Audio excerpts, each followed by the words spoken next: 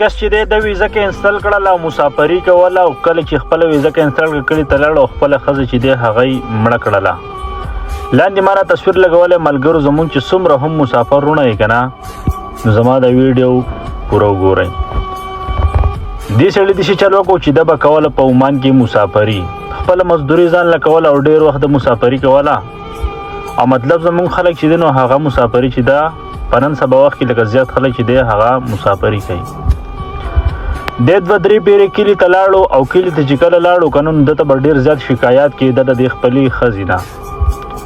خلکو به ورته مطلب وي چې ستا دا ښځه چې ده دا ټیک نه ده. وخت تېرېدو ملګرو دا سړی د خپلې خولې نه دا خبره کوي چې 2-3 پیرې ما د دې سره لانجه وکړله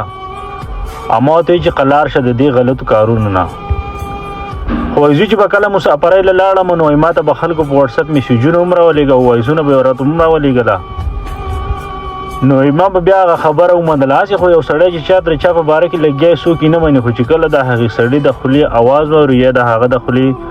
خبره واوري نو بیا به خپله یقین راشي او وایي بلکل او دا ټیک خبره ده. دا سړی وایي چې دې ښځې له ما یوه پیره عرضي غوندې کې طلاق هم ورکړی خو بیا دې زموږ د خاندان والا او دا خلک راټول شول او زموږ دا خبره جوړه کوي چې ژوند یو تېر شي.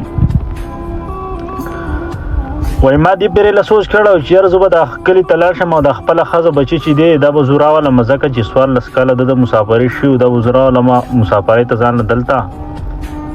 ما ته به دا لانجې مانجې بیا نه وي. خو په لنډو ورځو کې د دې ما ته ویډیو هم راله او مطلب وایسونه یې راته هم راله او وایي ما مخې سره ویزه کینسل کړله لاړم. دا واقعه په پېښور کې راغلې وایي د شپې 3 بجې وي چې د دې خپلې ښځې له د کرنټ شاټ ورکړو مطلب د بجلۍ شاټونه ور ورکړل او مطلب مړه یې کړله.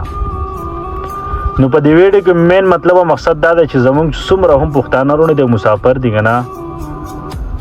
خپل کور والا لږ ټایم ورکوئ خپلو بچو له لږ ټایم ورکوئ کم از کم د واده نه پس چې دی مسافري ډېره زیاته مه کوئ چې ډېر زیاتې کوئ نو بیا کم از کم 1 کال کوئ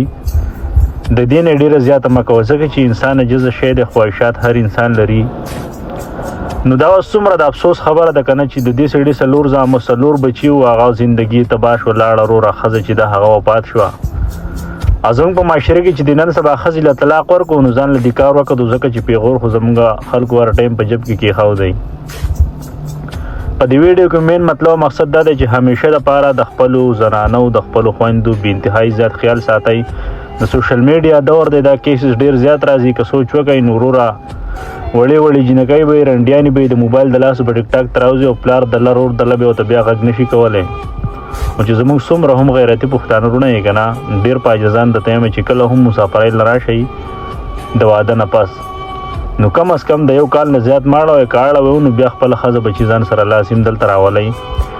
ځکه چې دا کیسز دا بې انتهایي زیات سیوا شول او ښځه چې ده که نه نو ښځه نن سبا چې وروره په بل ځای کې څه شی وایي نو هغه خواهشات لازم لري چې یاره زما دې هم داسې وی. دا ویډیو مخې ته ډېره زیاته شیر کوي الله تعالی دې وبخي او ډېر غلط کار شوی دی. خو بل طرف ته که ښځه طلاق کړي او داسې پرېږدي نو یا ترې ګیلمنه رنډۍ جوړېږي یا ترې مینو رنډۍ جوړېږي یا په سارا کې ټیکې رنډۍ ته جوړېږي. په پښتنو کې چې څومره رنډیانې دي یا به ترې هغه رنډیانې جوړېږي یا به قبرستان ته رسېدلو. الله په امان.